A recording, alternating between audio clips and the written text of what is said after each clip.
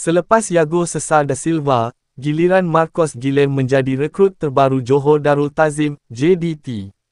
Perpindahan pemain berusia 30 tahun itu diumumkan pengurusan Harimau Selatan menerusi satu video di platform Johor Southern Tigers.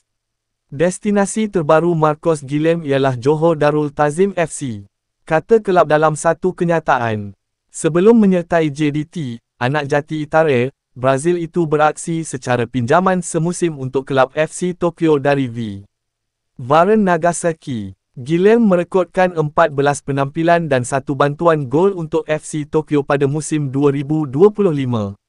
Beliau juga merekodkan 79 penampilan, 17 gol dan 19 bantuan gol untuk Nagasaki.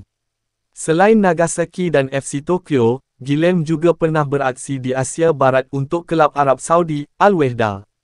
Guilhem juga pernah beraksi untuk Dinamo Zagreb, IMKI, Santos, Sao Paulo dan International. Guilhem dan Yago Cesar menjadi sebahagian daripada 3 rekrut baharu JDT dari Brazil seperti yang dikongsikan di YAM Tunku Mahkota Ismail, pemangku Sultan Johor. Kini, penyokong Harimau Selatan tidak sabar mengetahui siapa rekrut terakhir juara Piala FA 2025/26 itu dari negara kuasa bola sepak dunia itu.